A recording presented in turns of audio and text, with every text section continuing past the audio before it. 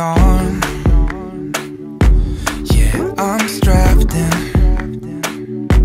stuck in a song you can't turn off.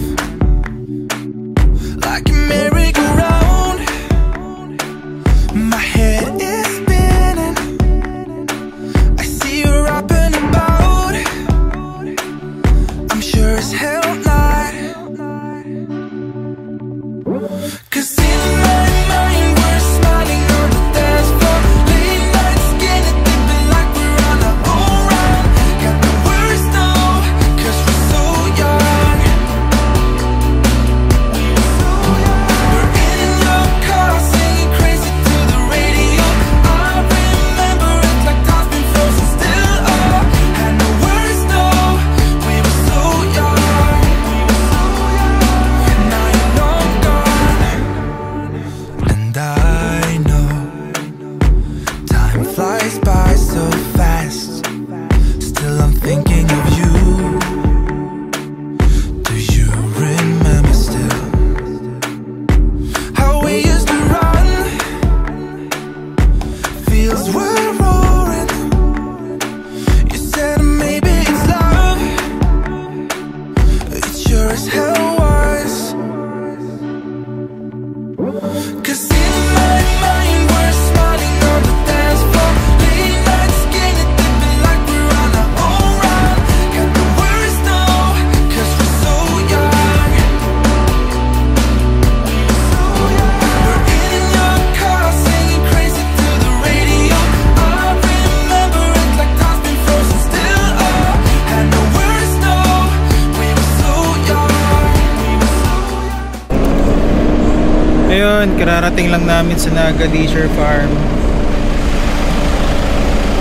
Ganda ng pinagparkingan ko. Ganda na puno.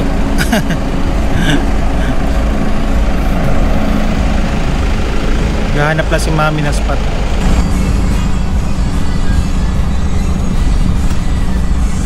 Pero hindi naman maputik eh. Papakapagod kami. Set up kami, tapos alis din natin ulit namin. Sumundan natin. Mabili tayo. Oh, ayun si Aling maliit. Kaya mo? Hindi mo kaya. Hindi anak, hindi. Hold mo hand si mami. Lulusot. Ang kulit eh. Huwag mo na papasukin.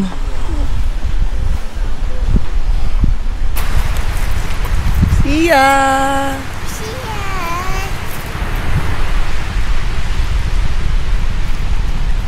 Plan sana namin mag-overnight pero di kami prepared. Hindi pala kami prepared. Mag-plan. So sana namin kanina mag-overnight. Pagdating namin dito kaso wala kaming madalang gamit masyado kasi nga akala namin day tour lang, pero maganda yung place, tsaka medyo umuulan. Actually okay lang sa akin kahit umuulan, okay lang sa akin yung weather na ganito, kaso nga yung mga gamit namin, yung mga crates namin for complete setup ng tent, ng camping, di namin dala. Kasi nga, ang plan lang talaga namin is day tour lang. Kasi pagdating namin parang sabi namin ang ganda mag-overnight. Tsaka hindi pa talaga nakakapag-swim yung mga bata. I mean si Sia, si Seki nag-swim kanina pero saglit lang. Tapos biglang umulan na after namin kumain. Ano, Sia?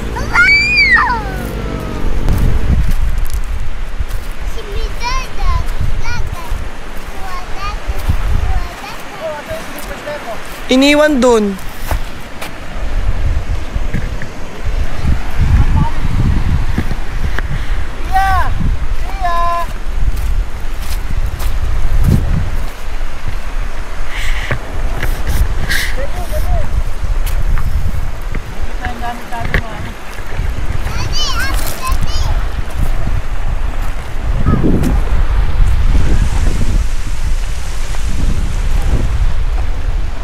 Naambo na naman. Aalis na kami. Ang gusto ko sa lugar na to, medyo unique siya. Hindi siya tulad ng typical na beach. Mapapansin nyo, meron siyang ilog. Ayun, oh, nandun yung ilog. Tapos ito yung dagat. Tapos magdudugsong yan dun. Ayun, enjoy si Seki. Ayun na, nagdudugsong na kanina. Medyo low tide siya. Puro ano to, puro lupa pa to. Tapos puro bato, yan makikita nyo. Pero inaabot na ng mga waves. Ibig sabihin tumataas na yung tubig. Ayan, oh. Ito yung dugsungan ng ilog tsaka dagat. Galing. Oh, di ba? So, kung gusto mong maligo ng sabay sa ilog at dagat, ito na ang chance mo. Sabay ka makakaligo sa ilog at dagat in one spot. Ayan, oh. Ayan yung ilog, oh. Oh. Ilog, ayan. Tapos ito yung dagat, nagme-merge na. Ayan, oh.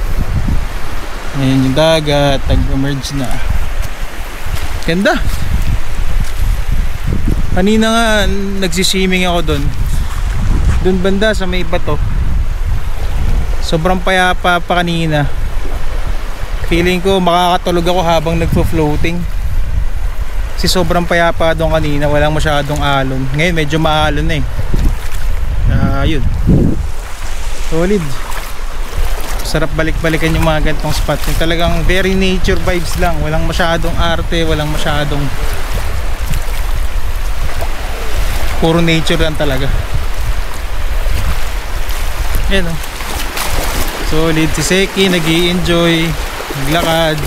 Si Sia tsaka si Mami nandun, naglalaro sa mga bato. Yung camp namin, ayun, nakatago dun sa isang sulok. Solid din ang gawa namin kasi although day tour lang kami, ginawa namin, nag-set up kami ng canopy. Tapos maliit na tent. Kaya nung umulan, walang problema. Safe na safe kami, hindi kami nabasa. Yun. Kaya talagang maganda pag kompleto ka sa gamit. Ayan si Seki. Hi Seki! Solid, oh.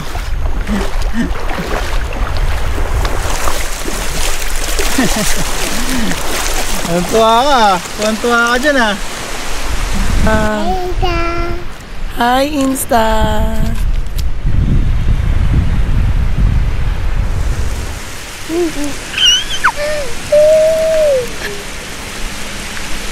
Hi. Post mo na, post. Ganda, ganda.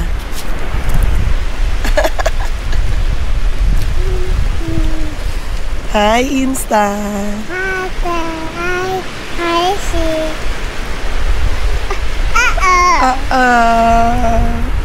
Asan ikaw? Sa dagat. Dagat. Asan ang dagat? Dagat. Asan? Asan ang dagat, Sia? Dagat siya. Cause in my